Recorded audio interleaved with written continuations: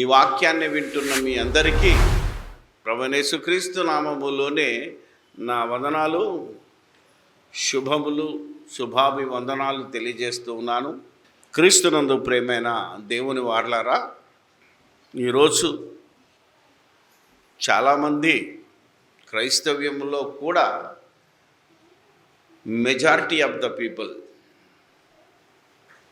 కేవలము వాక్యాన్ని చదువుకోవడము, దానిది కంటత చెప్పడమే తప్ప, సంగతులను పైనే చూడడం తప్ప, దాని లోతుకి వెళితే దేవుని మనస్సు మనకు అర్థమవుతుంది, దేవుని ఆలోచన మనకు అర్థమవుతుంది. అందుకే పరిశుద్ధాత్ముడు సెలవిచ్చాడు, ఆయన మనసును ఎరిగిన వాడెవరు, మీరు కనుక ప్రభువుకు నేర్పేవాడెవడు. అటు దేవునికి ఇటు క్రీస్తు యేసు యొక్క మనస్సు తెలుసుకొని ప్రవర్తించాలని అపోస్తలులు చెప్పారు. కాబట్టి ఈరోజు క్రీస్తు యేసు కలిగిన మనసు, దేవుని యొక్క ఆలోచన విధానము, ఆ దేవుణ్ణి యేసుక్రీస్తు గణపరిచిన విధానము, ఆనాడు విశ్వాసులు గణపరిచిన విధానము, మనం ఈరోజు ఎందుకు దేవుని కానీ యేసుక్రీస్తును కానీ గణపరచలేకపోతున్నాం, వాళ్ళను గణపరుస్తున్నామనే మాయలో రోజు రోజుకి ఇంకా దిగజారిపోతున్నాం. ఒక చిన్న మాట చెప్పి, జరుగుతున్న చిన్న అంశం చెప్పి, ఈ మధ్యలో అమెరికా దేశం అంతే కదా, అమెరికా దేశం అనగానే మనకేం గుర్తొస్తుంది? క్రైస్తవ దేశం అన్నా కదా, క్రైస్తవ దేశం. అందుకే అక్కడి నుంచి ఏ తెల్లతోలు వచ్చినా అబ్బో హారతి పడుతున్నారు, వాడేసే డాలర్ల కోసం. అవునా కదా? ఈరోజు మోకాళ్ళ నుంచి లేస్తలేరు. ఈ దేశంలో మరి దేవుణ్ణి తెలిసిన వారు, వాక్యం ఎరిగిన వారు లేరనుకొని, ఎవడు విదేశాల నుంచి వచ్చినా సరుకు లేకపోయినా చెప్పిందే చెప్పినా, అవునా కదా, అబ్బో అది గొప్ప దేశం అండి అనే ఒక మన మనసులో నాటుకుపోయింది. అలాంటి దేశంలో ఒక ధనవంతులు, సంపన్నులున్న రాష్ట్రం ఒకటి ఉంది, దాన్ని కాలిఫోర్నియా అంటారు. అందులో అతి ముఖ్యమైన ప్లేసు లాస్ ఏంజల్స్. ఈ మధ్య వీడియోలు చూస్తున్నాను, నేను చూస్తున్నా. ఇదేదో సినిమా క్లిప్ కాదు, ఒరిజినల్ మంట. చాలా చోట్లల్లో గ్రాఫిక్ చూపిస్తారు, ఇంగ్లీష్ సినిమాలంతా గ్రాఫిక్సే. ఆ గ్రాఫిక్స్ చూపించిన స్టూడియోలు ఉన్న ప్రాంతం ఇది.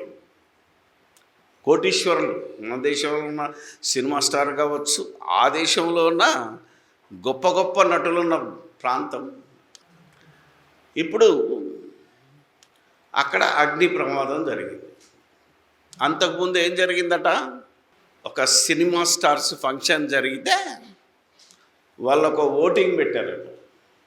ఓటింగ్ పెడితే మీ హీరో ఎవరు, ఫస్ట్ దేవుడని పెట్టారు, సెకండ్ సినిమా స్టార్లు అని పెట్టారు, థర్డ్ వన్ తల్లిదండ్రులను పెట్టారు, ఆఖరిది మీరి. ఇప్పుడు ఆ దేశంలో 100కు 13% వాళ్ళ హీరోలు ఎవరట? చూశారు కదా వీడియోలో, న్యూస్లో వస్తుంది, అవునా, వాట్సాప్లో వస్తుంది, ఫేస్బుక్లో వస్తుంది, ఎక్కడ చూసినా అదే వైరల్. 13% మంది సినిమా స్టార్స్ అన్నారట, 3% మంది మా తల్లిదండ్రులు మా హీరోలు అన్నారట. కనీసం 1% కూడా ఈ యొక్క దేశాన్ని కాపాడే సైనికులు కానీ, అవునా, శాంతి భద్రతలను పరిరక్షించే, ప్రాణాలకు తెగించే పోలీసులు కానీ కాదు, కొందరు మాత్రమే నేనే హీరోని అన్నారట. అంటే దేవుడికి ఎన్ని ఓట్లు వచ్చాయి? 0. There is no god, we don't want god అన్నారట. అందుకని దేవుడు ఏం చేశాడట, మండి బిడ్డ ఇట్లా చేస్తారు మీరని 2వ రోజుకే మొత్తం సిటీని తగులబెట్టాడట. అంతే కదా, దేవుడే ఏమ్మా తగిన శాస్తి చేశారు. దేవుడు అంటే ఏమనుకుంటున్నారు, అసలు దేవుని సంగతి నీకు తెలుసా అనేవి వీడియోలో సారాంశం. ఇంతకీ వీళ్ళకు దేవుడు అర్థమయ్యాడా కాలేదా అనేది నా ప్రశ్న. దేవుడి పరిస్థితి అంటే ప్రతి ఒక్కడు ఏమనుకున్నాడు, నమ్మితేనే కాపాడుతాడు, నమ్మనుని చంపేస్తాడు. అంటే దేవుడు స్వార్థపరుడు, దేవుడు పక్షపాతి, అవునా కదా అనేది జనాలకు మైండ్ సెట్లోకి వెళ్ళిపోయింది. ఇంతకు బైబిల్ అడిగితే ఏముంటుంది, దేవుడు అన్యాయం చేయటం సంభవం, దేవుడు పక్షపాతి కాడు, నీతిమంతుల మీదను ఆయన సమానమైన వర్షాన్ని కురిపిస్తున్నాడు. ఇది దేవుని స్థితి. నువ్వు నమ్మినా నమ్మకపోయినా, నువ్వు పుట్టినప్పటి నుంచి సత్యంత వరకు నీకు కావలసినవన్నీ ఇచ్చేవాడు దేవుడు. ఒకప్పుడు ఇశ్రాయిళ్ళ కాలంలో మీరు నమ్మండ్రా అన్నాడు, వెదురు తిరిగితే స్పాట్లో చంపేశాడు.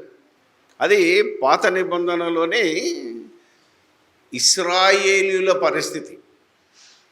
అంతకుముందు మీరు చూస్తే జలప్రలయం అప్పుడు అందరూ చేశారు కాబట్టి మొత్తం లేపేశాడు.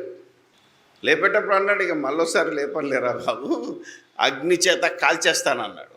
అది తీసుకున్నారు. ఇప్పుడు చూసావా, దేవుడు అగ్ని చేత కాల్చాడు, కాలిఫోర్నియాను కాల్చేశాడు. కార్చిచ్చుకు కారణం దేవుడే నట. ఇది ప్రపంచ క్రైస్తవ్యంలో ఇప్పటికీ 80% నమ్మారు. హేతువాదులు నాస్తికులే ఉంటారు. చూసావా క్రైస్తవులు ఎలా బెదిరిస్తున్నారో, నమ్మకపోతే నరకానికి పంపుతాడా. ఇలాంటి దేవుడు ఎవరయ్యా, నేను మాకెందుకు అవసరమని అనేవాళ్ళు కూడా మొదలయ్యారు. ఇప్పుడు నువ్వు అమెరికాకి వెళ్తే ఎవడు నమ్మడు. ఈ కాలిపోయినోడు కూడా, ఇల్లు కాలిపోయినోడు కూడా దేవుని నమ్మడు. మళ్ళీ వాడి జీవితం వాడిదే, వాడి ఇన్సూరెన్స్ పైసలు వస్తాయి, అవునా కదా, అన్నీ వాడికి వచ్చేస్తాయి, మళ్ళీ కట్టుకుంటాడు, మళ్ళీ నేనే హీరోని అంటాడు. వాణ్ణి కూడా కాపాడుతున్నాడు దేవుడే. మరి చంపుతాడంటారేంటి? దేవుడి మనసు మీకు తెలుసా? ఇప్పటికీ ఒకప్పుడు అంటే నమ్మకపోతే స్పాట్ డెడ్. కౌరవ కుమారులు ఎదురు తిరిగారు, అవునా కదా, భూమి నెర్రవిడిచింది, మూసి పారేశాడు క్షణంలో. అది అప్పుడు దేవుడు భీకరుడు, అప్పుడు భయంకరుడు అన్నాడు. ఇప్పుడు దేవుడు ప్రేమై ఉన్నాడు, ఇప్పుడు దేవుడు దయామయుడై ఉన్నాడు.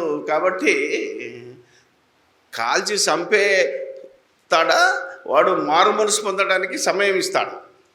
ఇప్పుడు చెప్పాలి దేవుని మనస్తత్వం ఏంటి అంటే, యెహెజ్కేలు గ్రంథం 18వ అధ్యాయం చదివితే, దుష్టుడు మరణించుట నాకు ఇష్టం లేదు, వాడు మనసు మార్చుకొని, అవునా కదా, తిరిగి నా వైపు తిరిగితే వాడు అవశ్యంగా బ్రతుకుతాడు. ఇది దేవుని మనస్సు. ధర్మశాస్త్రం నుంచి మొదలుకుంటే యెహెజ్కేలు వచ్చేసరికి దేవుడు మనసు ఏమైందంటే దయామానింది. వీళ్ళు చంపినా మారనిక, అవునా కదా, ఇక వాళ్ళకు టైం ఇద్దాం. ఇది దేవుని మనసు. అంటే ఇప్పుడు కాలిఫోర్నియాలోనూ లాస్ ఏంజల్స్లో ఉన్న వాళ్ళు దుష్టులు అంటున్నావు కదా, వాళ్ళని ఇమ్మీడియట్గా చంపేస్తే దేవునికి ఏమైనా ఆనందమా? ఏమా, ఇక్కడ సత్యాన్ని లోతుగా మాట్లాడుతున్నాం. క్రైస్తవులందరూ పైనే చూసుకుంటూ మోసపోతున్నారు. నువ్వు దేవుని మనస్సు నెరగాలి, లోతులోకి వెళితే దేవుడి పరిస్థితి ఈరోజు దారుణంగా ఉండి, దేవుడు ఏమంటున్నారు, మనుషుల చేత అబద్ధికుడుగా, నరహంతకుడుగా, అవునా కదా, అక్రమము చేయువాడిగా మిగిలిపోయారు. అతన్ని దోషిగా నిలబడుతుంది ఎవరంటే మళ్ళీ మనమే. ఈరోజు క్రైస్తవులు ఆ వీడియోలు ఎంతమంది చేశారో వాళ్ళంతా. అందుకే అపోస్తల కార్యాల్లో ఈ కాలంలో దేవుడు చెప్తున్నాడు ఏంటంటే, ఎంతటి దుర్మార్గుడు అయినా, అపోస్తల కార్యాలు 17:30, మనుషులందరూ అంతటా అందరూ మారు మనసు పొందాలని. చదవమ్మా 30-31. చూసి చూడనట్టు అందరూ మారు మనసు పొందవలనని మనుష్యులకు ఆజ్ఞాపించుచున్నాడు. ఎందుకనగా తాను నియమించిన మనుషుని చేత, అంటే యేసుప్రభు చేత నీతిని అనుసరించి భూలోకమునకు తీర్పు తీర్చబోయేడి ఒక దినమును నిర్ణయించి ఉన్నాడు. మృతులలో నుండి ఆ ప్రభువును లేపినందున దీన్ని నమ్ముటకు మీకు ఆధారము. నేను నమ్మను పోవడానికి నీకు ఛాన్స్ లేదు. పాపులను రక్షించుటకు క్రీస్తు యేసు ఈ లోకానికి వచ్చాడా, పాపులను శిక్షించుటకు వచ్చాడా? నేను నీతిమంతులను పిలువనికి రాలేదు, పాపులనే పిలువనికి వచ్చాడంటే ఇప్పుడు లాసెన్స్లో ఉన్న వదిలేయి, అమెరికాలో వదిలేయి, దేవుని నమ్మలేదు, దేవునికి ఓటేయలేదు. మరి ఈ దేశంలో కొన్ని సంవత్సరాలుగా దేవుని నమ్మిన వాళ్ళ పరిస్థితి ఏంటి? ఇళ్ళు పెడుతున్నారు, చర్చిలు కూలగొడుతున్నారు, అవునా కదా? బైబిల్ పట్టుకొని రోడెక్కితేనే మరి వాళ్ళను కూడా దేవుడు కాపాడుతున్నాడు. వాళ్ళు దుర్మార్గులు కదా, అదే కదా దేవుని దృష్టిలో దైవ వ్యతిరేకులు కదా. మరి వాళ్ళని వెంటనే చంపేయాలి కదా. వాళ్ళు రోజు రోజుకు బలపడుతున్నారేంటి? ఆలోచించారు ఎప్పుడన్నా? మణిపూర్ సంవత్సరం నుంచి మండుతుంది, ఎంతమంది ప్రార్థన చేసినా మరి ఏం కావట్లేదు వాళ్ళ మీద. అసలు మీరు సౌదీ అరేబియాకి వెళితే బైబిల్ పట్టుకొని అక్కడ కనబడితేనే నిన్ను జైల్లో పెడతారట. కొన్ని అరబ్ కంట్రీస్లో చెప్తున్నారు, బైబిల్ మన సూట్ కేసులో కనబడితే నాట్ అలౌడ్, దాన్ని పైన అట్ట చింపేసి ఏదో పుస్తకంలాగా తీసుకెళ్తున్నారు. మరి ఆ దేశాలలో అసలు దేవునికి కానీ యేసు ప్రభువుకి కానీ 0 మార్కులు, అంతేనా కదా? మరి వాళ్ళు కూడా బాగానే ఉన్నారే. ప్రపంచంలో ధనవంతులు ఎవరంటే అరబ్ దేశాలే కదా, అవునా కదా? ఇప్పుడు వాళ్ళని ఎందుకు కాపాడుతున్నాడు దేవుడు? చంపాలి కదా. నువ్వు అన్నట్టు ఈ యొక్క కాలిఫోర్నియా వీడియోలో కాల్చినందుకు నువ్వు దేవుడు కాల్చాడు అంటున్నావే, మరి వీళ్ళందరినీ కూడా దేవుడు కాల్చేయాలి కదా. ఎప్పటి వరకు టైం ఇచ్చాడు? లోకానికి, లోకంలో ఉన్న మనుషులకే. యేసుక్రీస్తు రెండవ ఒక దినం ఉంది, ఆ తీర్పు దినము వరకు నేను వేచి చూస్తాను. ఆ రోజు ఏం చేస్తాడు? ఈరోజు చిన్న ముక్కను కాల్చాడు అంటున్నావు నువ్వు. లాస్ ఏంజల్స్ అనేది చాలా చిన్నది అమెరికాలో, కానీ దేవుడు అమెరికానే కాదు భూమండలాన్ని కాల్చే దినం ఒకటి ఉంది, దానికోసం ఎదురు చూడండి.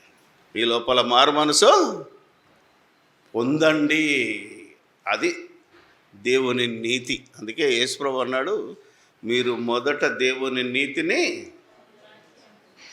రాజ్యమును వెదుకుడే. కింగ్ ఆఫ్ కింగ్ జీససే కాల్చాడు అంటున్నాడు. జీసస్ కాల్తాడా? జీసస్ మైండ్ సెట్ తెలుసా మీకు? ఆయన ఉండేప్పటికే మనం బతుకుతున్నాం.